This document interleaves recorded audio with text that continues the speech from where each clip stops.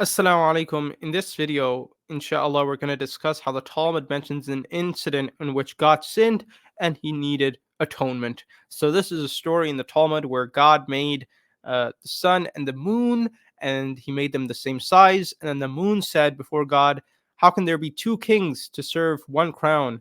And as a result, God reduced the size of the moon, and then the moon starts uh, disputing with God. He's very sad, and God tries to give arguments to console the moon, right? So, and then ultimately, God says that he needs an atonement. He did a sin, basically.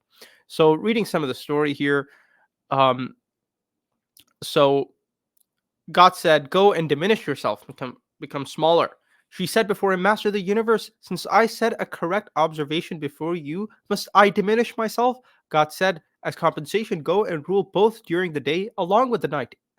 She said to him, "What is the greatness of shining alongside the sun? What use is a candle in the middle of the day?" God said to her, "Go, let the Jewish people count the days and years with you." She said to him, "But the Jewish people will count with the sun as well, as it is written, as it is impossible that they will not count seasons with it." God said, "Go, let righteous men be named after you." God saw the moon was not comforted.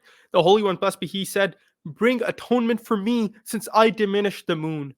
The Gemara, the Talmud, it notes, and this is what Rabbi Shimon ben Lachai says: "What is different about the goat offering of the new moon, that it is stated with regards to it? For the Lord, the Holy One, blessed be He, said, the goat shall be an atonement for me for having diminished the size of the moon."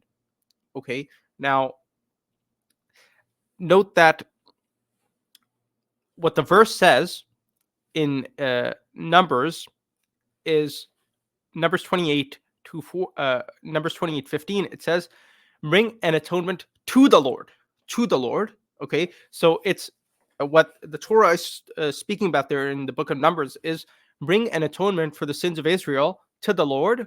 Okay, but how this rabbi has read it is for the Lord, meaning the Lord has sinned and he needs an atonement. So, why do Israelites bring goat offerings on the new moon? It's because God sinned when he diminished the size of the moon and he needs an atonement.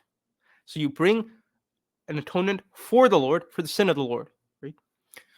So, that's obvious. And Dov Wise, he mentions this exact story and point in his book Pious Irreverence. So yeah, that's the point. Again, if you didn't get it, you know, God diminishes the size of the moon. The moon is not comforted, and when God sees the moon is not comforted, He says, "Bring atonement for me, since I diminished the size of the moon." And the fact that this is what's meant is confirmed by the rabbi when he reads Numbers 28:15, which talks about a atonement to the Lord.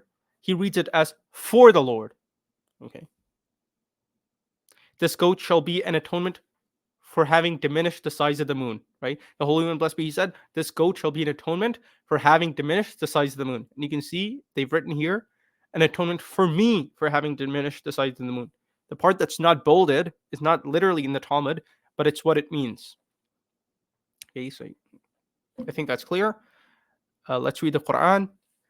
ألم تر أن الله يسجد له من في السماوات ومن في الأرض والشمس والقمر والنجوم والجبال والشجر والدواب وكثير حق عليه العذاب ومن يهن الله فما له من مكرم إن الله يفعل ما يشاء. Have you not seen that to Allah prostrates whoever is in the heavens and whoever is on the earth? The sun and the moon, and whoever is in the earth, the sun and the moon, and the stars, and the mountains, and the trees, and the treading creatures, and many of mankind, but many others deserve the punishment. And whoever Allah shames, there is no one to honor him. Indeed, Allah does whatever He wills. Allah does not sin, He does not need atonement.